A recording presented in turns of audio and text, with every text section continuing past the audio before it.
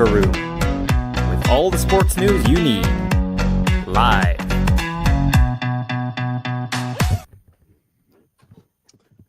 There we go. Welcome back to the second part of Wednesday night's Locker Room special, and it's a final weekend. It's a final midweek edition of the show. We're coming to the end of the race. It's so that the Grand National, but we're almost touching the finishing line. Sorry, we're a bit late, folks, because the Aberdeen and Celtic game finished a wee bit late. Before we get into talking about that game and get Dave's comments from an Aberdeen point of view, hopefully the Aberdeen fan is keeping okay now. Apparently he got I think it was a wheelchair he got away in the first half, so hopefully he's kind of like okay. As well, so that's the game was held up for about what was it, 9 minutes in the first half, actually, and the game gets finished about 5 minutes ago. Final score: Aberdeen 1, Celtic 4. Dave, before I get it's I must have missed the fifth goal by Ida scored the fifth goal. I must have been eating my pie at that point as well. It was the last kick of the ball, in all fairness. So exactly, yeah. I was Dave. What do you make of that game from an Aberdeen point of view? I thought, in the first half, I thought it was a kind of fair kind of game, but second half, Celtic just ran away with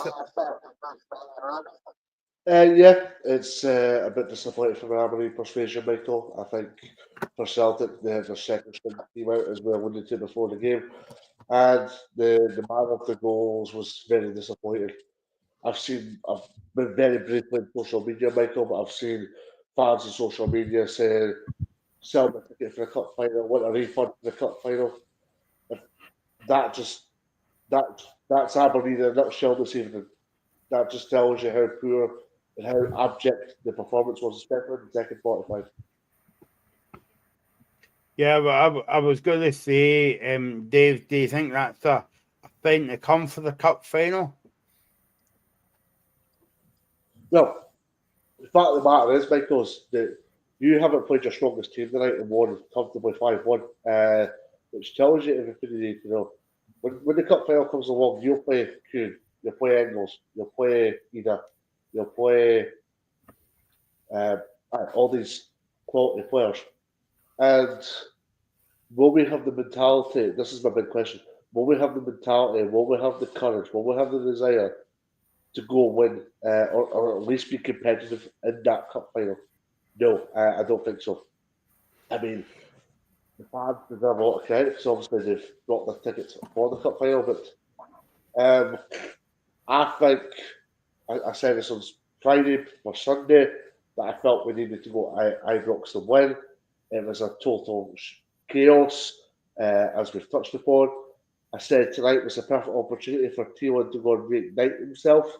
I felt it was an opportunity for Aberdeen to go and put out a bit of a statement. Celtic, to be brutally honest, had nothing to play for. But when I say nothing to play for, I think that's relevant as well, Michael, because I think Celtic probably did have something to obviously want to end the season in a high. But as Des Roach was saying before the game to you, Michael, Celtic will probably play a stronger team. I'm not saying they'll play the cup final team on Saturday, but they'll play a stronger team. And by the time the cup final comes along, you're going to have a Celtic team that will be full of momentum. It's a chance for Brendan Rodgers to go and make massive history at Celtic. And then you're going to be up against an Aberdeen side that are quite simply going to be fragile. And I can't think of a better word than fragile. But it's not good momentum to be heading a cup final with. And I think Saturday against Dundee and Carlisle was must win anyway. But it's definitely must win now. I think I think Paul Donaldson is one of these fans, Dave. You were talking about. It says really angry at Low Mins from Aberdeen tonight. He says that the players need to take a long, hard look at themselves. Papa Gay was completely off it tonight. I thought he was as well, actually. But at least you're guaranteed your goal. Yeah, but I would say that Paul, that maybe Dave would be up here as well. But it's all right saying that. You've got to go in there and make a point that you're in European football. You deserve European football. After that performance tonight, I don't think you dig in. If you perform like that in Europe, you'll get well beat. Paul Donaldson says, "I'm totally angry at Jimmy. At at the game, the cameras caught it clearly." Yep. So, Dave, what do you make of all these comments there? Just exactly what you were saying. First and foremost, I'll get the grammar police out because it's load of mints, not low mints. But, no, I'm not going to you there, Michael. I was a bit tongue in cheek before I just clarify that one before we started. Yeah, no, Paul's right. I thought I'd just get a wee bit of humour considering there'll be no humour in the Garden City tonight. I think Paul's comments are justified. I think the way in which Celtic basically just went to free fall will be disturbing. And I know disturbing sounds a big word to use, but it is disturbing. I think what I would say from a Celtic point of view, I know you're just to get me to speak about Aberdeen, Michael, but I'm going to put the shoe another foot for a minute here. For Celtic and Brendan Rodgers, there've been a lot of players playing there tonight who haven't had a lot of game time. And I think from a Celtic point of view, as much as it's a disturbing performance and an irritating performance from an Aberdeen perspective, I think for Celtic, I think the fact that they have played their second string team and went to Pittodrie and won so comfortably, it can always speak volumes of what you've got at your disposal. Of course, you're always going to have quality, resource and everything, but it's the fact in which, when you, irrespective of what quality you have, you've also got quality that can come off the bench. And it probably gives Brendan Rodgers a bit of a welcome headache in the long term as well, because it means that, Celtic maybe need to go into the market in the summer for fresh reinforcements, but at the same time, you've got good adjustments off the bench as well that can come in and obviously, stamp their authority on the team when called upon. Because a lot of those players will have probably not been playing 15, 20 games, yet they've came in and it looked like they've been playing 50, 100, 150, 200 games for Celtic. It didn't look like they were just a team full of apprentices or a team full of youngsters. It was a team that full of cohesion and identity. It was a team full of giving 100% for their manager. And that was the most important aspect for Celtic and their players. But back with Aberdeen, and I think the signing off just epitomises the performance for Alfie Dorrington. Just there's a simple ball carved open, and basically Eden gets taken out, and it's an unnecessary challenge to make, to be brutally honest. And as Paul said, I agree with Paul. I think, we're obviously guaranteed European football. What I would say, I'll move my leg by the way, what I would say is I think we're not at that level yet. Recruitment-wise for Aberdeen, I think this is a bit underrated. This has been cast a bit under the radar. We've stuck with a lot of the players last season who, quite simply, were deemed surplus to requirements. When I say that terminology, I mean by supporters. But then we added our own what we players here and there. I seen a comment the other day, Michael, about Aberdeen's not signed one new player on the team. I would disagree with that. I'd argue Paolo Versa's been a quality signing. Shane Morris, albeit it's not been a new signing, has been decent. But yeah, maybe a question have to be raised to Teal now in this recruitment. I think when you have a good start to the season, it maybe gets overlooked just how poor the recruitment is, because obviously the team's been doing well. But what I think maybe showed Aberdeen through the start of the season was the fact that they maybe obviously had a great start and momentum was a big thing, but subsequently as well, I think there was a real unity. There doesn't seem to be that now. Football can be fickle, and football can be funny, and I get the feeling that it's a very timid dressing room just now. And we'll just see what happens post season, because if Aberdeen don't win Saturday and they don't win the cup final, I can see there being a big changes in the during the course season. I know. Before we move on to Celtic, Ethan, to talk about the and by the way, it was a professional performance that Celtic done tonight in the second half. But going back to Dave's point as well, and I suppose that on the show we always talk up Scottish football, but was that a bad advert for Scottish football in terms of, half of that Celtic, well, nearly all that Celtic team tonight has, well, apart from McCown and McGregor, you would argue that most of these players hasn't played maybe like 4 games back to back, and yet they come in and just wipe the floor with Aberdeen. Yeah, I mean, you could argue that maybe not any of those starters will be in the team for the Scottish Cup final. I think Trusty's probably in with a shout, and McGregor obviously, but out of the other 9 players, I don't think you'll see any of them starting in the Scottish Cup final. And as Dave said, it was a pretty much second string Celtic team, and when they go to one of the what is meant to be one of the toughest grounds in the league against one of the best teams in the league, you could say that maybe it is a poor advert for Scottish football. But I mean, Celtic sort of second string team should still be able to beat Aberdeen if you're talking about the financial levels and all that. But you've got to understand with like Dave and Aberdeen fans not being happy being beat like that at home against Celtic when they are. Aberdeen have got a lot more to play for in the sense that they've still got European places to secure, whereas I think the Celtic players, some of the players tonight looked like they were playing for the Celtic future rather than anything else. And players like Mike Nawrocki, I think he was excellent tonight. I think he's been brilliant when he's been called upon by Celtic, and there's been some question marks as why he's maybe not played more, because I thought he was one of the standouts in the game at Celtic Park against Rangers as well, the 3-2 loss. I thought he was one of the best players, and he'd been thrown in at the deep end. I thought James Forrest was excellent tonight as well. He did everything but score. Yeah, he did. Obviously, still looking for that.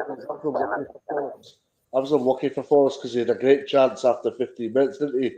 And it would be fitting for Forrest to score that. Yeah, I thought that was his big chance, but he done well for the second and third Celtic goal. He set up really well, and even Johnny Kenny getting his first goal for Celtic, is that, I think? First goal, yeah. And then Sean McArdle as well. I thought he looked very good when he came on. He made the scored as well.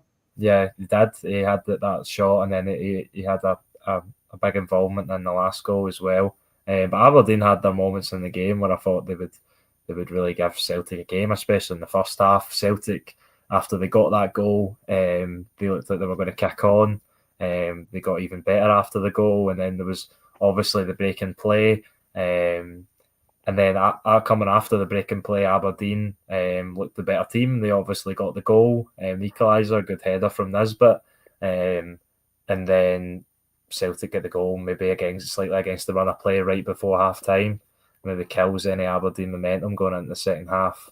And then Celtic sort of seen it out well in the second half. But as Dave said, it's going to be difficult for Aberdeen fans to have much optimism for the final when you sort of weigh up the players that have played tonight and the scoreline. I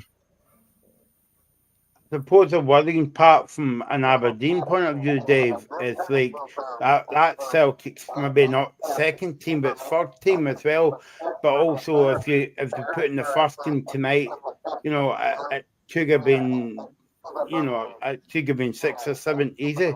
And, obviously you've got the cup final as well coming up. Are you being polite with 6 or 7 there, Michael? Because 6 or 7's been very generous. Excuse me, sorry. That's how bad the performance was tonight. 6 or 7's been generous, to be brutally honest with you. I'd have been arguing it could possibly double figures, and I don't think I'm being exaggerated when I say that. While Ethan was speaking there, I've seen Paul Donaldson's comment, and it was about Aberdeen being declined for 35 years and a bit of lack of finance and everything. There was a lack of finance on the non-Paul. You're absolutely right when you say that. Under Cormac, every manager has been backed, and they've all had an astute signing or a substantial signing one way after another. There we go. They've all had. There's always been a substantial signing to come one way after another. Obviously, there's the Australian guy that's imminent in the club coming as well. So, yeah, every season they're all like Miovski was one, Ramirez was one, there'll be a host of others as well. And yeah, I think the worrying thing, I wasn't sure if I agreed with Des earlier in the show this evening, Michael, when he said none of the Celtic B players. Sorry, some of the Celtic B players, I'll clarify, some of the Celtic B players will get into the Aberdeen team. And I thought, then having seen that tonight, I can actually kind of agree with. The problem is 6 or 7 players that I look at in that team and go, I would take you, no problem. So you're right there. That's extremely worrying. But I think back onto Celtic, because obviously there's enough ranting for me about Aberdeen. I think for Celtic, I think tonight was a terrific short window opportunity for the club. They've done that with both fans. They've taken it with both fans. And the quality of goals was really good as well. I mean, Johnny Kenny, for example, he was a player that was on his way out, was he not, at coming in the season, but he was decent tonight, didn't he? And then obviously, was it Northern Ireland or Republic of Ireland he was playing, Johnny Kenny? Republic of Ireland. Yeah, Republic of Ireland. So that tells you everything you need to know, because he's obviously been a player that's said to go and play in the Republic of Ireland, but I'll be brutally honest with you, it's not a great standard. I think you look across the team, Ralston's not exactly been head and shoulders one of the better players this season. Del Rocky, you mentioned Trusty there, and I think Del Rocky could be an interesting shout for the cup final after that performance tonight. I don't think he'll come in and place Scales or Carter Vickers, but Del Rocky, I thought had a decent game defensively when called upon. Bernardo obviously does what he does, but you're looking at that team, and I'm hostile religiously looking at this team as we speak, guys, and I'm looking at it and going, why have we not troubled them? And maybe it is an old firm mentality. Maybe it is a Glasgow mentality for Aberdeen. Maybe haven't seen Aberdeen. Sorry, Regan, what? I'm just thinking, Dave, I think it's a mentality thing, because for me, I was looking at that. Sorry.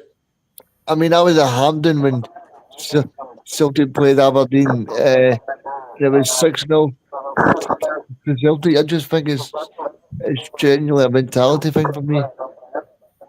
Yeah, I think it needs an astute manager out with the Glasgow team to really have a go. Not specifically Rangers, but more Celtic. I think you see it the Hibs, for example. I think Hibs is a good example, a good benchmark to raise here. David Gray's had a right good go at Celtic this season whenever they've played them. Stephen Robinson, to a certain extent, not this season specifically, but in previous seasons, Stephen Robinson's been a good example of this. I can't remember an Aberdeen team having a right good go at a Celtic team, like proper had a right good go. So probably Derek McInnes. And when I'm saying Derek McInnes, I'm not meaning towards the end of his tenure. I'm meaning 2014, 2015. So Dave, I reckon against Celtic's not great, but subsequently at the same time, our mentality whenever we play Celtic just seems to go completely out the window before the game's been kicked off. See, in terms of this final, Dave, I think after the Aberdeen showing tonight, Dave, I think I'm actually willing to say that I don't think Aberdeen have got any chance of winning the final after seeing that. It's all right. I was on the top of the show, Regan, and I was up saying Ethan and Michael there.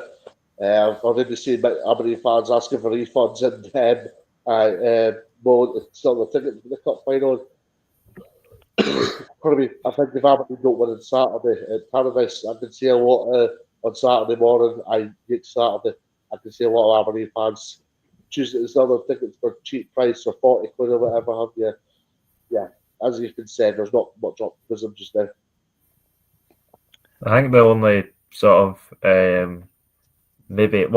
sort of shining light for Aberdeen possibly, and a big negative from the night for Celtic would be Rio Hatate. He obviously came off in the final few minutes after the tackle by Gay. I think Gay had the right to go in and win the ball. Hatate wasn't quite, he didn't quite go into the challenge with the same force, and they obviously get hurt. And then the pictures at the end showed him limping off with an ice on his leg. So that'll be one Celtic will monitor over the next fortnight before the cup final. But I think what Celtic have shown tonight that they've got players that could probably come in and do a shift in that match. But I think it was very well saying that Celtic have beat Aberdeen quite easily in a lot of the games this season, but I think a Scottish Cup final can always be different. I'd still think Celtic will win. But the only way I can see, even if Celtic get a man sent off or something, or maybe a dodgy penalty, but I just feel like Aberdeen's mentality against Celtic this season has been way off it. I mean, even that game against Rangers on Sunday, that was a Rangers team that weren't great this season, and I still felt Aberdeen were kind of in second gear. Yeah. I mean, that match on Sunday was a bit like a pre-season friendly. The first half was a joke. I just felt as if every player was on the beach.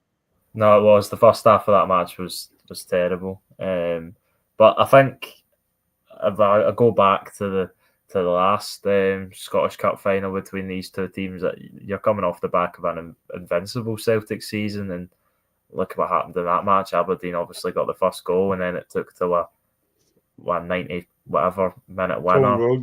Yeah. So I mean, you never know. It's a one-off game. It's a final.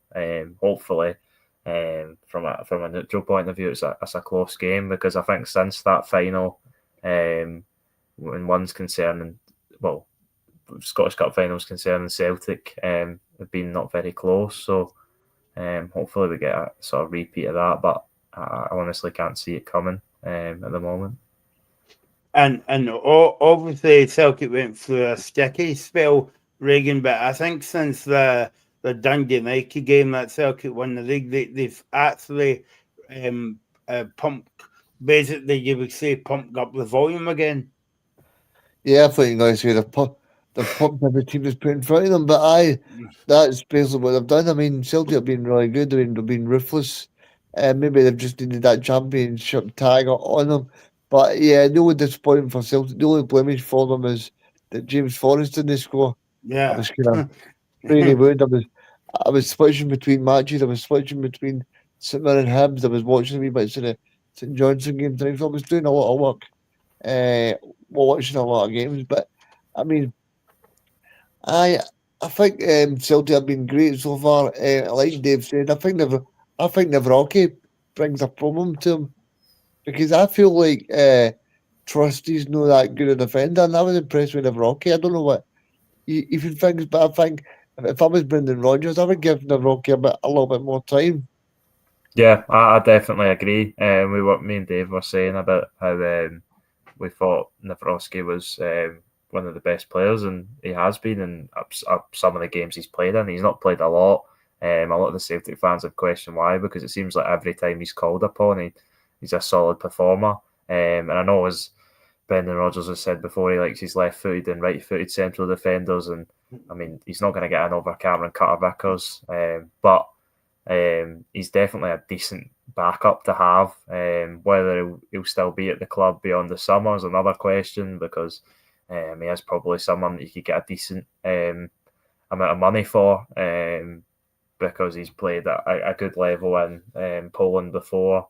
And he's obviously had some good performances as well. So if he's not on Brendan Rodgers' plans and there's clubs that are going to offer millions of pounds to get him, maybe a couple million, 3 million, something like that, then I think someone will come and take them off Celtic's hands. But yeah, I think he deserves a chance. I don't think he'll get any in the last 2 games. I think Brendan Rodgers will revert back to what sort of won the league in the last game, and then obviously play his strongest team in the Scottish Cup final. Cameron Carter-Vickers' fitness will obviously come into question, whether he's back. But yeah, Austin Trusty, he's had a mixed time at Celtic, I'd say. He's shown I don't think he's been great, because I think when he has been tested, he looked a bit weary. Yeah, Even in Scotland, that the great thing for Celtic though is they're not really tested that often in Scotland. But I think even in Scotland, up against like maybe a St Mirren, a Mandaron, or a Simon Murray at Dundee, I remember that game when Celtic drew 3-3. He was in a torrid time. Yeah, definitely. I think he's played better in the European games at times than the actual Scottish games. Maybe it's dealing with the physicality in Scotland that maybe isn't anybody else. But I think he was brilliant, and I think it's the Atalanta away game, which I thought he was absolutely immense. Probably the man of the match in that game. But yeah, that Simon Murray game, he was pretty off the ball, and Rodgers was frustrated with how he played. So yeah, I think the jury's definitely still out on Trusty. I know it's Michael to ask the question, Michael, but I've got a question for David Ethan here, and possibly yourself as well. I thought James Forrest was brilliant in it. I mean, I thought Graham Shinnie, and that was after a torrid time. But I mean, do you guys feel like he's possibly might stay another couple of years, because he looks fit as a fiddle and he looks as if he could play another couple of years, guys? I don't know about you, Ethan, and Dave as well, but I think he doesn't give it. I think he gives us more praise of the Celtic fans. Like I know everybody asked me when I say this, and I'm gonna say this now, and Ethan and Reagan can laugh at me, and Dave, I know maybe you read that. James Forrest's testimonial, right? But see, when you go to testimonials, like you hear fans singing his name, right? But I was quite sad in the way that the Celtic fans don't have a song for James Forrest, even though if he wins a Scottish Cup, he's like, what is it, that the two medals in front of Bobby Lennox is a great, so. I don't know about you, Ethan, but 10 years he's been at, 11 years now, if you count this season. But I mean, what do you think, Ethan? Because I don't think it's fair, and he doesn't get the credit he deserves. Yeah, I mean, I would agree. I think to play at the level he has done for, well, if he scores this season, it'd be 16 seasons. What was a ridiculous achievement for any player. And yeah, okay, I wouldn't say, apart from that one season where he was really good, and I remember he scored that hat trick for Scotland. He's never been like the best player at Celtic, but he's always been a sort of performer who you can rely on for moments in the season. And to play at Celtic for 15 plus seasons, you've got to be doing something right. Takes obviously discipline and being a great professional, and I think that's what he is. And I think he can definitely still contribute to Celtic in and around the squad for another season, I would say. I don't really see him going anywhere else at this point. I think he will retire at Celtic. But yeah, it'll be interesting to see what he does. But he has got another year left on his deal, I think. So, but beyond that, we'll see. the football fans are a bit fickle at times as well. And when we talk about Forrest, I mean, he's been there since he was 9 as well, you know. So is Tony Watt and player Callum McGregor and all the rest of it, but it still doesn't have a song. And I know when I say that to Celtic fans, they always laugh at me, but it's right true when you think about it. If I was a Celtic fan, I'd be keeping James Forrest. He's not going to play every game next season for you. Let's be honest on that front. What I would say about James Forrest is, see when a game's 0-0, see when a game's 1-0, you maybe need a bit of quality off the bench. See when a game's 0-0, and yeah, as I say, you need a bit of quality off the bench. See when there's games where you need to make 4 or 5 changes. James Forrest is the ideal player to come in. And that's why I'd maybe keep him for 1 more year at least. Then he might go play for the Hearts. He might go play for him, some Motherwell. Can't say Aberdeen, to be honest with you. Then you might see him playing for a smaller club in Scottish football. For now, I think if he's still relevant to the way Celtic play, I would keep him. Because the rumour mill from the attacking point of view for Celtic, there doesn't seem to be much in the way of interest. Now, Brendan Rodgers does keep his cards close to his chest, but there doesn't seem to be much in the way of interest for Celtic for attacking outlets at this specific moment in time. Obviously, Maina's doing well. Jota's been injured, so Celtic will have to go and bring in reinforcements, I think. But I think Forrest will stay, but it'll be interesting to see what happens maybe come January, maybe next season, or indeed this time next year.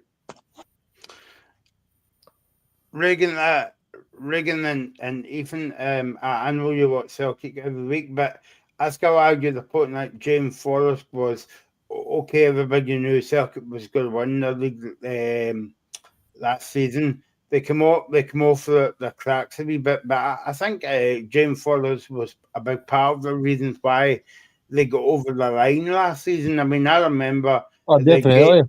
the game up at Dens Park. He scored 2. He scored 2 to win it. Yeah, I and what a mean, goal.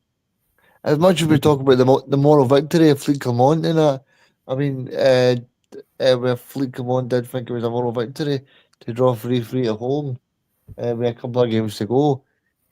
James Forrest still had to put the icing on the cake for Celtic to win that game, and he managed to do that. So, and then that obviously got him into Steve Clark's Euro squad. I mean, it was only this time last year, Michael, that we were on talking about Scotland going to the Euros. Mm-hmm. That's how quick the years went.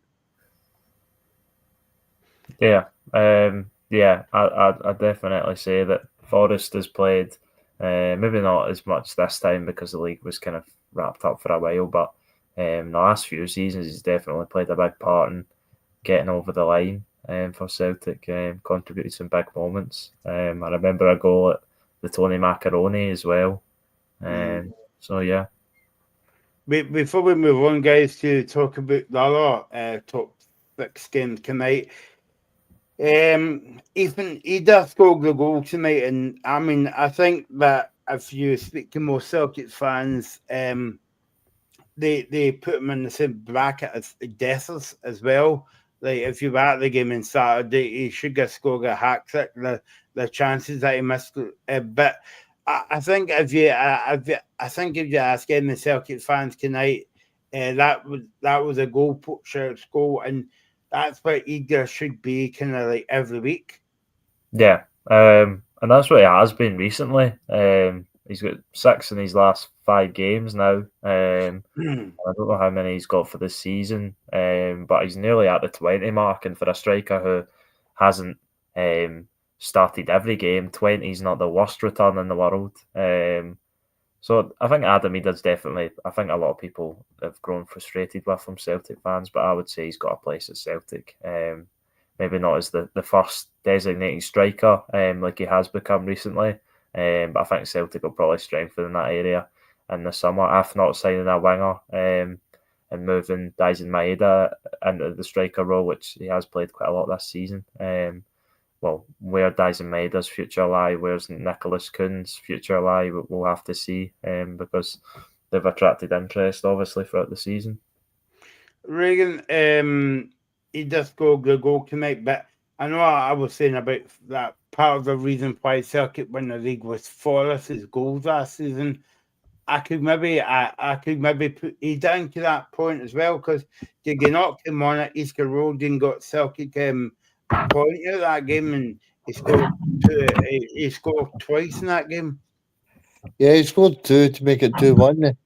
But that was his debut match, and then he scored at Rugby Park And Fir Park, yeah, to secure the title. So he's played a big part. Every Celtic player is remembered by the trophies that they won and big moments. And as much as he did get his criticism, if you look back to last season, he scored in so many important games.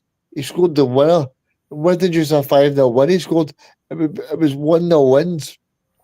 So he was the important guy, and he scored in the most important game of Celtic season to win the double against Rangers, their arch rivals. So he scored that one at Hampden to win 1-0. So I think he has been brilliant so far. I think the criticism's a little bit cheap. I think. No. I think Reagan was thinking that. Oh yeah, okay, you're back now. I think it's more to do with maybe Adam either looking a little bit lazy on the eye, but he's still a pretty good player. Okay, let's move on to the game at Ibrox tonight. Dave, it was Barry Ferguson's last game at home, or will it be his last game at home as well? But everybody expects it to be his last game at home. Rangers won 3-1 against Dundee United. With Rangers, Dundee obviously took the lead. Dundee probably had the incentive. They probably had something to go for them. But fair play to Rangers, because obviously the level soon after through Dessers. Dessers obviously having the second through the bot in 73 minutes, and Raskin obviously complete the score. But I think it's important. I know obviously I'm frustrated and irritated from my own club's perspective based on Sunday there, but I think it was important as well that Barry Ferguson ended his tenure. Let's be brutally honest, he's not a good job, is he? I think it was important that he ended his tenure with 2 big wins. He's done that. He's beaten 2 sides that, let's be honest, have got bigger incentives than Rangers at this specific moment in time in terms of European exploits. And he's hit 2 very, very good victories against Aberdeen and United. So, obviously, Saturday's going to be an interesting one. But irrespective, that was a good win, and the way in which they went about the business tonight will have been very, very pleasing for Barry Ferguson. I just want to get your opinions, though, guys. Do you think Rangers? It's probably obvious. It's an understatement. But Rangers probably do play better without the pressure, don't they? It's like they'd maybe play a big game first game of next season. They'd maybe play, I don't know, Falkirk first game of next season, for example. And they maybe struggle that game. And it might be a home game, might be second game of the season next season, for example, against Falkirk. And they maybe struggle. And it's maybe because they can't handle pressure. Yet they've had 2 games where there's been no pressure on them at all because the league's gone and they can't finish one in the second. And they've scored 7 and conceded 1. Yeah, I would agree. I think Rangers for years now have had a sort of mentality issue where they can't get up for every game, and that's what you need in Scotland. Scotland and Scottish football fans especially, Celtic and Rangers fans demand a pressure on you, an expectation on you that you might not get anywhere else in the world. I know there's other leagues where you're expected to win every game and whatever, but the pressure you get, the reactions you get with some Scottish football fans is just ridiculous. But I think Rangers have struggled now for years to find a consistency in the league, apart from obviously that season where they were ultra consistent and won the league without losing a game. But yeah, it's strange that they seem to turn it on when the pressure's off. And I think the sort of expectation has got to the point where after that run without a win at all, I think it was 7 games or something, something like that. And then they obviously had that run at home as well where they couldn't get a win for ages. But yeah, I think it's good. As Dave said, it's good for Barry Ferguson to get two wins towards the end of his tenure because, I mean, it has got a little bit sort of stale with the results, losing and drawing and not being able to get a win. I think he still, as his comments in the press the other day suggest, he still believes that he should maybe be given the chance of a job. I think he is clutching at straws a little. Barry Ferguson will definitely not be the Rangers manager next season. But the only thing he can do is sort of give at least like a good finish to the season and give the Rangers fans somewhat of a good memory of him. If he wins the last 3 games of the season, he wins against Hibs, which is a team that caused Rangers some problems this season. That'll be good to finish the season on 3 wins. But yeah, for Dundee United, they're really struggling. I don't know how the game against Aberdeen's going to go next week. But even I fancy Aberdeen to win that one. I'm not sure what Dave thinks, but Dundee United look dead on their feet, dead out on their feet at the moment. They've obviously played a long season, the same season as everyone else, but when you're a newly promoted team with probably a smaller squad and than everyone else, then it's going to catch up to you, and it seems like it has catched up to Dundee United. They'll just be hoping they can cling on to 5th place and get that Europe, because it'd be some achievement for Jim Goodwin. But from a Rangers end, Dessos, another 2 goals for him, 5 in his last 4. So a similar run to Ida. And then Raskin with another goal. I think Raskin's been Rangers Player of the Season. He obviously won that award, but I would say he's been the standout performer throughout the duration of the season for Rangers. But there's not really much to say for Rangers. They're just looking forward to the incoming of their new manager, whoever that might be. Obviously linked with Davide Ancelotti, son of Carlo, and then the new ownership coming in. But Barry Ferguson, he'll be treating the last game like a cup final, I'm sure, to get a good run under his belt and finish the season on a high. Okay, let's speak about one of the games of the night. Actually, it sounded like a good game, and it was one of the games that should have been on TV, but never mind. St Mirren 2, Hibs 2, and I think if you ask any Hibs fan like Mikey, it's on the show, Dave, I think it would be even though Hibs picked up a point tonight, it would feel like a defeat. For Hibs, Yeah. Yeah, but at the same time, I don't think I've just seen a video of the fans celebrating with the players, and it didn't feel like a defeat. I think based on the performance, it probably feels like a defeat, absolutely 100%. But I think based on what I've seen in that video of the stands, it doesn't feel like a defeat. So, full credit to Hibs. When it was probably September, October time, the prerogative was probably just to stay up. But they've done something completely different and something completely against the odds. They've catapulted from 12th, got into Europe, and I think I read somewhere just on Twitter just half an hour ago that Aberdeen were 26 points clear of Hibs in October, November time, which goes to show you how pitiful Aberdeen have been in that period, but also how sublime Hibs have been. And I think Hibs, if David Gray gets the proper backing, he can get kicked on again. I mentioned Malky Mackay to you on Friday, and I know that it wasn't a popular shout I made about Malky Mackay and everything, but the point of Malky Mackay, the restructuring the board, how they've tidied things up off the park, David Gray's man management skills, which is abundant. There's a lot of things that are ticking Hibs' box right now. When sorry about that motorbike, by the way. When probably didn't have that 2 seasons ago. Last 2 seasons, Hibs have been a lot of frustration. They've been a lot of hard times. So Hibs deserve this. They deserve not no Hearts fans are like me say this, like Graham Duffy, but Hibs deserve this moment because they've been through a lot as a club in a short space of time.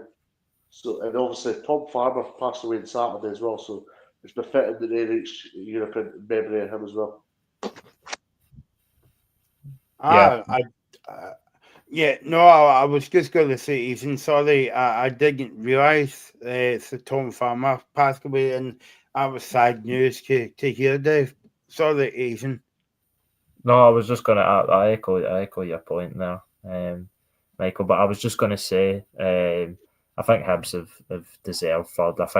I know they started the season pretty terribly, and whereas Aberdeen started the season pretty well, but I think Hibs have reached maybe the highest heights this season out with the big two. And I think it'll be seen in that as a loss in the sense that they were 2-0 up after 10 minutes. But I think with the result, how the result went in Pittodrie, securing third is probably what was on the Hibs fans' mind, and automatic Europe now for Hibs, which would have been unimaginable earlier in the season when they were sitting bottom. But yeah, I think it's a better point for Hibs than it is for St Mirren, I think. Because if St Mirren had won tonight, it would have really put pressure on Dundee United to get something against Aberdeen on the final day. But now St Mirren need to get a point at least at Celtic Park and hope that Dundee United can't do any better against Aberdeen, which I think is pretty unlikely.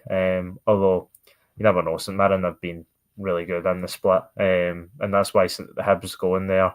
They'll take a point because St Mirren have been a team that everyone struggled against in the split. So yeah, a good point for Hibs because it secures third. I say a less positive point for St Mirren, but 2-0 down and nearly going on to win the game, barring that disallowed goal, then yeah, I think St Mirren. I'll take confidence to Celtic Park. I think they'll go there with confidence, but it'll be a big task on their hands to get that last spot. But Stephen Robinson's done a great job this season, regardless, and to even make it a conversation going into the final day, considering they were 9 points behind Dundee United at the start of the split, is some achievement. There you go. That was the game in Paisley then, and Gibby Robertson and David Gray, if you're from Edinburgh, Leaf, you're allowed to call him that. I'm not allowed to call him that because I'm not from Edinburgh. Let's go on to the bottom 6, Dave, and it's going to be some gaming weekend in the bottom 6 on Sunday. Obviously, we'll talk about the women's football in a wee while because it's going to be a massive end to the women's league on Sunday. I think Hibs can win the league if they get a point against Rangers at Ibrox on Sunday, but we'll come on to that in a minute. But of course, we'll be on air on Sunday when the games are on, so it's going to be dead exciting. Dundee 1, Ross County 1, and Roaring Hill got a penalty in the last kick of the ball to send maybe St Johnson down. Yeah, it was a big moment for the relegation battle. Fair play to Ross County because obviously they've been 7 of it win headed into tonight. So when you're not going to win, you want a point. They didn't look at Ross County were going to go win the game, so it's a better point for Ross County. Yeah, where that leaves both sides. There's a fear. There is a fear that I've seen something on Twitter. There is a fear that Johnston are just going to go and chuck it on Sunday. Yeah, it's going to be an interesting one.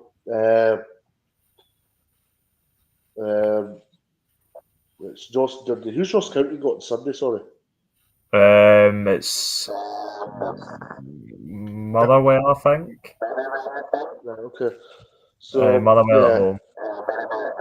They both have winnable games, but what Dundee and Ross County that is. What I would say as well is, I I think I can't see Ross County turning this around, and I do think it'll be them against probably Livingston.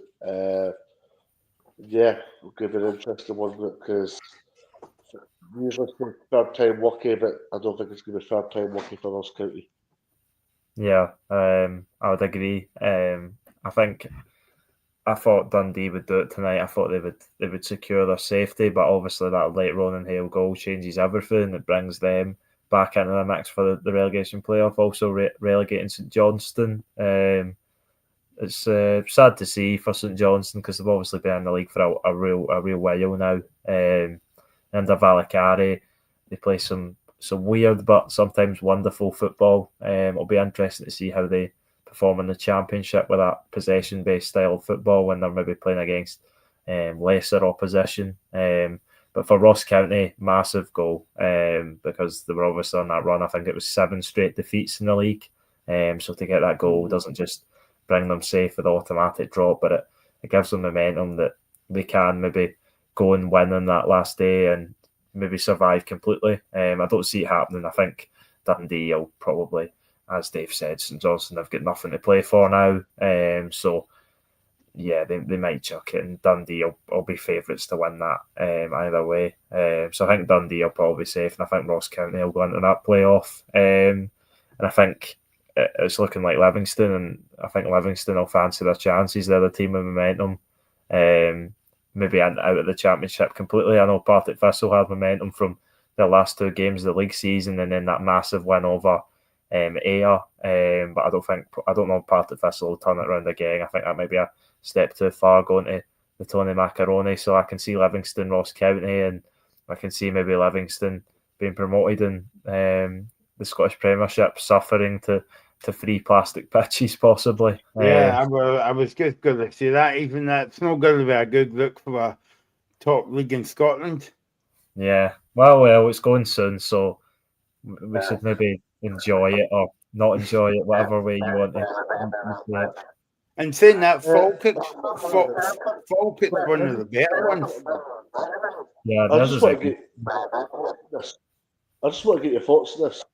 David Martindale spoke to the newspaper press last night, and he mentioned about how he was buzzing to get back to Livingston on Friday night because of the Firhill pitch.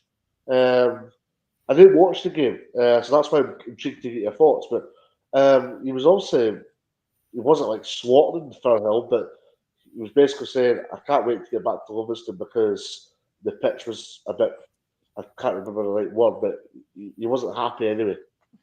Yeah, I think he's said that at pitches before this season. I think I remember Martindale complaining about other pitches, which I think is quite rich because I think the Livingston pitch is pretty poor. But if you play on it every second week, then you're obviously going to probably like it and be a bit more used to it than everyone else is. So you can see his point. But the question is that some people have posed as whether David Martindale could be tipped for the Kilmarnock job. I think Stephen Naismith's the obvious candidate for that, but I've seen somebody on Super Scoreboard saying why Martindale should possibly be a candidate, although he's pretty much always been at Livingston. Yeah, I'm kind of a bit surprised, Dave, because we had this debate when Cam Davison won the double at St Johnstone, and I suppose like he's in David Martindale's in the same category or as St Johnstone in terms of lesser budgets, but I'm surprised. I kind of maybe Hearts or a Miggle of the Row team in the Premiership hasn't had David Martindale there yet, because I mean, look what it's did at Livingston, and they've hardly got any budget at all. And you know, if it comes into the Premiership and it takes over, I say, I'm not saying he's going to Hibs, but say that he goes to Hibs, right? Imagine what kind of job that he would do there with a budget. I don't mean David Martindale as a manager. I just meant David Martindale in terms of his comments he made after the game about Firhill last night. I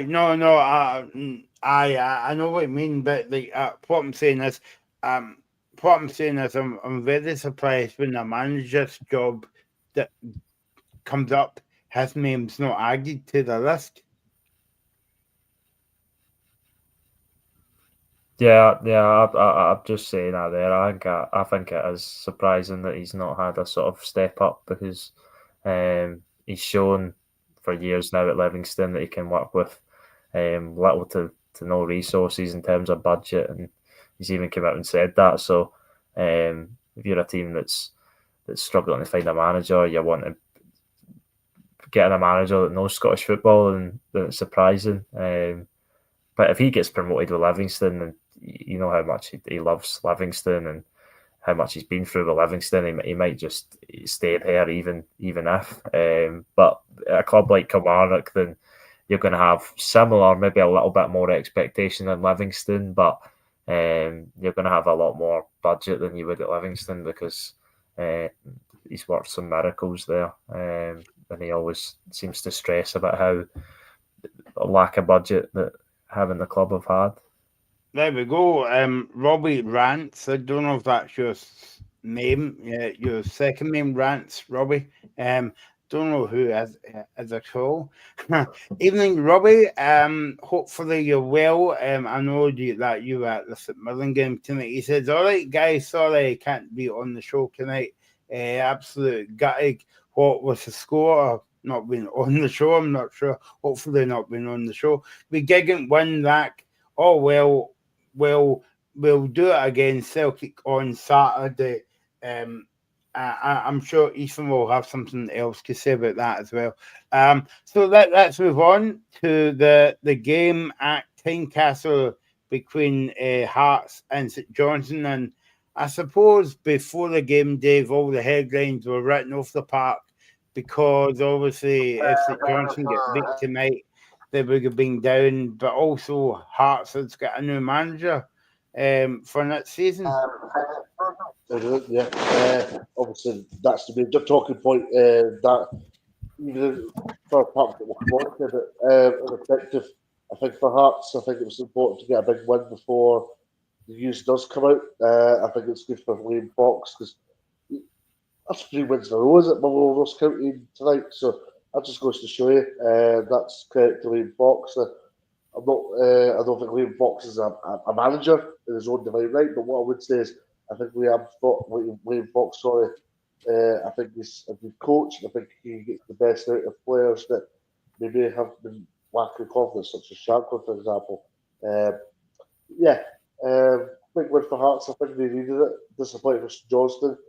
But as we were touching upon earlier on this evening, Michael, I think Simo Valkyrie deserves the right to go at next season. I think it needs stripped apart and go again.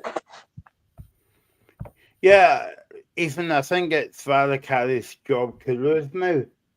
Yeah, I think this one, it's been a season where I don't know if any of you guys disagree, but there's not been a team that's been really, really bad as the point where maybe at points in the season where Hearts and Hibs come to mind, but and Aberdeen obviously had a bad spell. Other teams have had bad spells, but I'm talking about right at the bottom of the league where there's not been a team. I think St Johnstone have shown moments where they've been good enough to keep faith in Valkyrie through the championship and see what he can do. I think it's been a difficult season. They've spent most of the league at the bottom, but they've always been sort of in touch and distance. And tonight was just a step too far. I didn't have much faith in them going to Hearts. Hearts have been on a good run since they sacked Critchley. So Liam Fox is obviously doing something right. Whether that's down to what he's doing right or whether the players were possibly down in tools under Critchley. I think it's probably a mixture of both. Alan Forrest has scored 3 goals in 3 games. But Hearts, it's all about what they're going to do in the summer. McInnes is obviously going to be the manager. It's how they're going to strengthen that squad, which a lot of Hearts fans have said it's not good enough in a lot of areas. For St Johnstone, it'll be interesting to see what they do. But I do believe Valkyrie will be in the dugout for the championship next season. Yeah, I'm giving Dave 16 years that Johnson's been in the Premiership. Yeah, it was always going to come to an end. What I would say is that 16 years, I spoke about this earlier on this evening, Michael. That 16 years, Johnston have covered themselves. They've reignited their institution as a football club again. 3 Scottish Cups, Europe, Galatasaray. Yeah, I can't explain it anymore. It's been mind blowing. It's been something that you look at other clubs like with the Glasgow too. You become envious of St Johnstone to a certain extent because there's clubs with far bigger finances than St Johnstone, yet they've not delivered 3 Scottish Cups. And in fact, there's some clubs, including my own, that's not delivered a Scottish Cup since the 1990s. So there we go. Yeah, that's a good point. And also, he never won a Manager of the Year that season. Ethan, don't get me started on that. Callum Davison. Yeah, St Johnstone have had a good time, but for years now they've always been on the periphery of going down, and when you're like that, there's always a matter of time before you are going to go down, and they have done. But I think I didn't think this with last season with Livingston. I thought Livingston would really struggle in the Championship this season, but they've obviously done very well and probably now looking at favourites to come back up. Whereas St Johnstone, I do have confidence in them. I think with how good a manager Valakari is, I do believe that he is a good manager, and if they can keep a lot of their players, which I think they will, then they'll have enough to bounce straight back up, in my opinion. Okay, yeah, sorry. No, that's it. Cheers. Yep. I just to talk about the final game of the final game of the night. It was business as usual. Marvel Free come out now, Dave.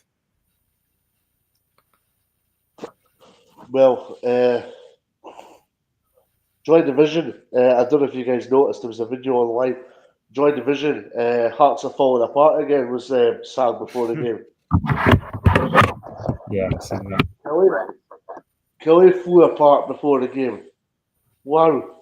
That's one way to, if it does, let's be honest, give me them for it. That's one way to round off your tenure at Kilmarnock. Yeah. Sunday's going to be fascinating for me. It really is. It's going to be fascinating to see how McInnes approaches it. I think Hearts will win it, just based on form. That'll be his prediction. And yeah, I'm a bit bamboozled. Warren's not on tonight, obviously, but I'm a bit bamboozled if I was a Kilmarnock fan just now, to be honest. Yeah, Ethan. We were talking about this tonight, right? And obviously, this is the first game that we've spoke since McInnes has got the job, right? But do you think that the timing was all wrong for him to get the job before the end of the season? I think, yeah.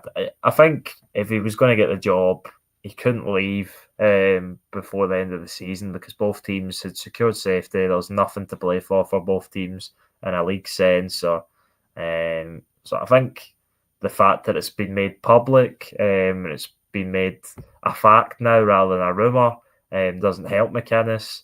And it is going to be difficult to go about that last game knowing that he is going to be the club that he's facing is going to be the one he's at next season. It's different to a player. I think a player can sort of maybe go about that professionally, but I think as a manager, it's a difficult one. I mean, I can't remember the last time that. I mean, maybe you will know, but I can't remember the last time a manager's been agreed to join a club and still been at another club. I just can't even remember that. I mean, players sign on pre-contracts, something that happens all the time. But you look at Jamie McGrath and whatever. But yeah, I just don't. I don't see how he's going to go about it. It'll be interesting. And obviously, the Kilmarnock fans are taking the Michael out of him. But yeah, yeah, a good one for Motherwell. I think the interesting thing with them will be to see how the Michael Vimmer does in the summer, what he brings in, what type of players he brings in, and if they can challenge for top six maybe next season. Because they have been decent since he came in, definitely better than what they were before he came in. Yeah, decent season for Vimmer. What is it, September he came in? It seems that long ago, Dave, but he's not been there. It's quite hard to work out, but he's not been there for a full season yet. No, absolutely. And I think there's good things at Motherwell. I do think I've seen it myself. I haven't seen Motherwell told it. I do think they need extra, but I think if you're looking at the quality, you're being a bit premature in your own judgment as well because this is the start. Yeah, next season is where he'll be properly judged. So there's a lot going right at the moment, and I'll be interested to see how they kick on next season. There you go. So that is the midweek card done and dusted, Ethan, and it's only one weekend left before we have a rest for about 2 minutes and we're back in there again this season. But there's plenty of football to be finished off, the playoffs as well. Just to touch upon, guys, I mentioned this earlier on as well. Dave, I know that you used to cover the women's game, but final score tonight in the SWPL, Hibs 4, Celtic 2, Hearts 3, Rangers 5, and Motherwell 1, Glasgow City 2. And there was another game tonight, Packet Thistle 2, Queen's Park 0. Now, Dave, it's going to be a big weekend, not only for the bottom of the Premiership, but also Hibs going to the final day against Rangers at Ibrox. Only known that they'll need a point to win the very first SWPL title for almost 20 years. Yeah, Hibs were excellent tonight. I watched the game while we were on live earlier. Michael, Hibs were excellent tonight. The way in which they moved the ball about, the quality of goals was just nothing short of special. Obviously, they got a big win at Orient as well. So, no, both teams obviously got good wins before Sunday. Give a barnstormer for Clash on Sunday, I think. Rangers, as you say, we need a point. And then there's a wee bit of fear for both sides as well because City obviously won as well. So whoever wins will win the league and ultimately get Champions League football. But whoever loses it, it's basically a double whammy because whoever loses that Rangers Hibs game on Sunday, they'll not win the league and they'll not get Champions League football next season because Glasgow City, provided they beat Hearts, it's a Hearts they play. Yeah, it's Hearts. I almost forgot about that, by the way. How bad of it, Michael? You can tell it's late at night. No, really good performance from Hibs. I thought. I know other pundits that have touched on this. I think Lena Sadiku could be under pressure. If she's not under pressure already, in the end. And then obviously Rangers, it'll be interesting to see how they approach the final day because apart from the Sky Sports Cup final, Rangers really have been struggling against Hibs this season. So all to play for, and Sunday's going to be the throwing day for it. Yeah, big end to the season. Even for, obviously, we know Celtic won the league comfortably weeks ago, but for the women's game and for the bottom of the Premiership, my only negative is I wish Sky Sports or the Premier Sports would cover a bottom six game.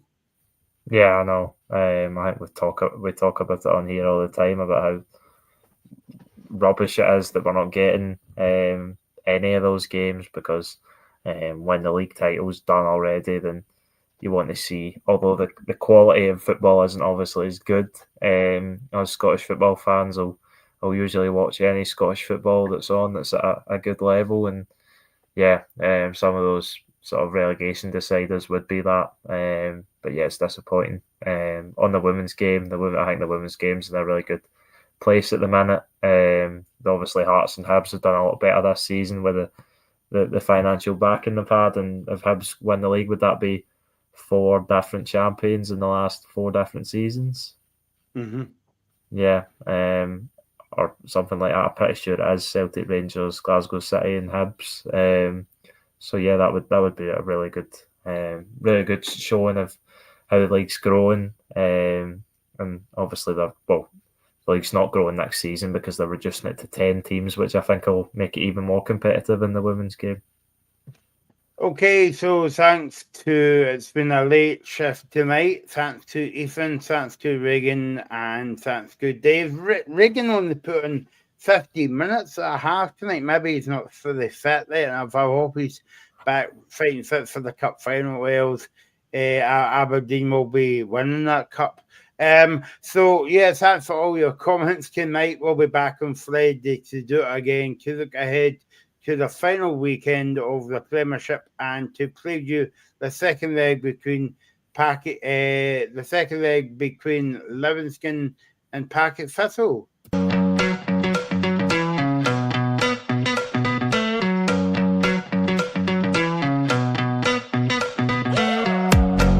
The Locker Room, with all the sports news you need.